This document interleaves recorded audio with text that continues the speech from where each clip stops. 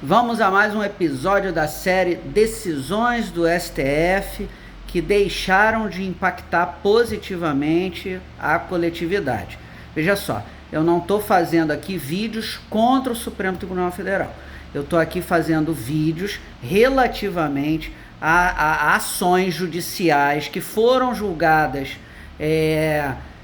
terminativamente pelo STF, que envolvia a coletividade, né? Ou envolvia alguns aposentados, ou envolvia alguns trabalhadores, envolvia uma parte da população que seria beneficiada por aquela decisão. E, obviamente, o governo ou algum órgão do governo pagaria essas diferenças, pagaria esses valores à população. De forma alguma eu estou criticando o STF, eu não tenho intenção política nisso.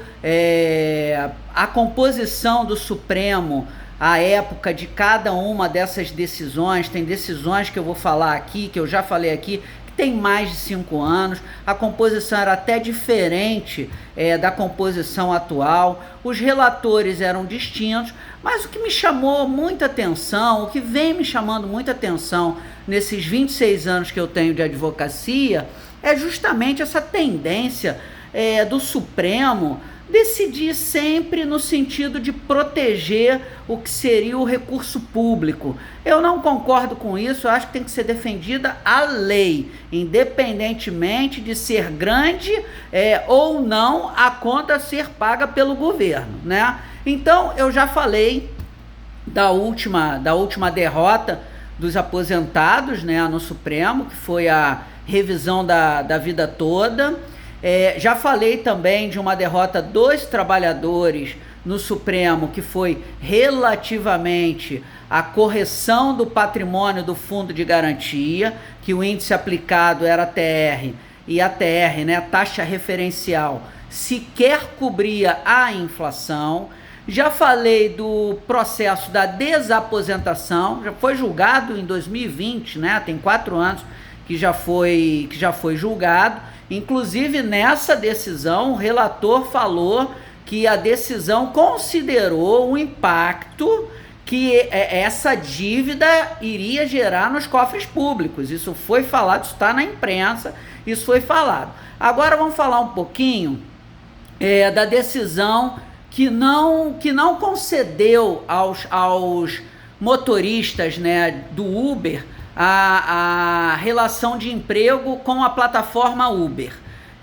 Obviamente, essa decisão de que existia uma relação de emprego ali, preenchia as características de uma relação de emprego, ela foi tomada na terceira instância trabalhista, que é o TST, só que chegou um recurso no STF e o STF entendeu que não havia ali uma relação de emprego.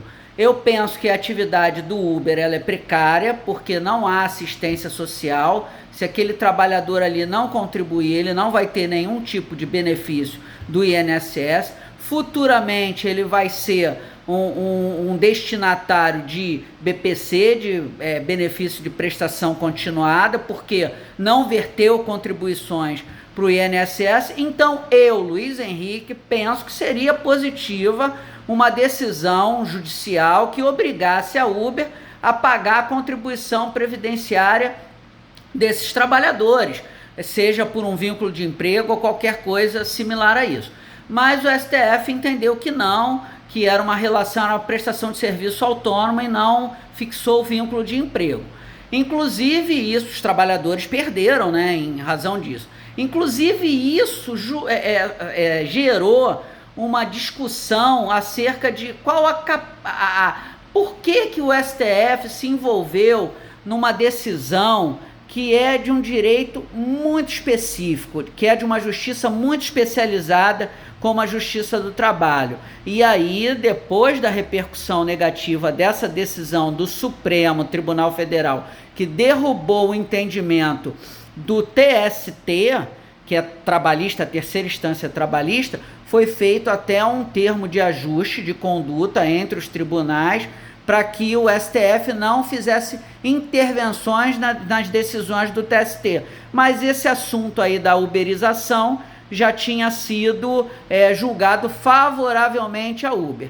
Então, na minha opinião, foi mais uma ação que teria impacto na coletividade, na população como um todo, e que o STF julgou favoravelmente aí a uma parte, no caso a empresa Uber, né, julgou favoravelmente a essa empresa, tá? Não quero levantar nenhuma discussão governamental, acho que ninguém deva agredir ministro do Supremo, pelo contrário, são autoridades, precisam ser respeitadas, não quero que ninguém agrida a própria instituição, o próprio Supremo, tá? Mas eu não concordo com essas decisões, eu acho que prestam desserviço, essas decisões em que a população, ao final, não é beneficiada pela decisão, e sim uma parte mais, vamos dizer, elitizada do processo, né? Seja uma grande empresa, seja o próprio governo, ou os departamentos, ou as empresas do governo, tá bom?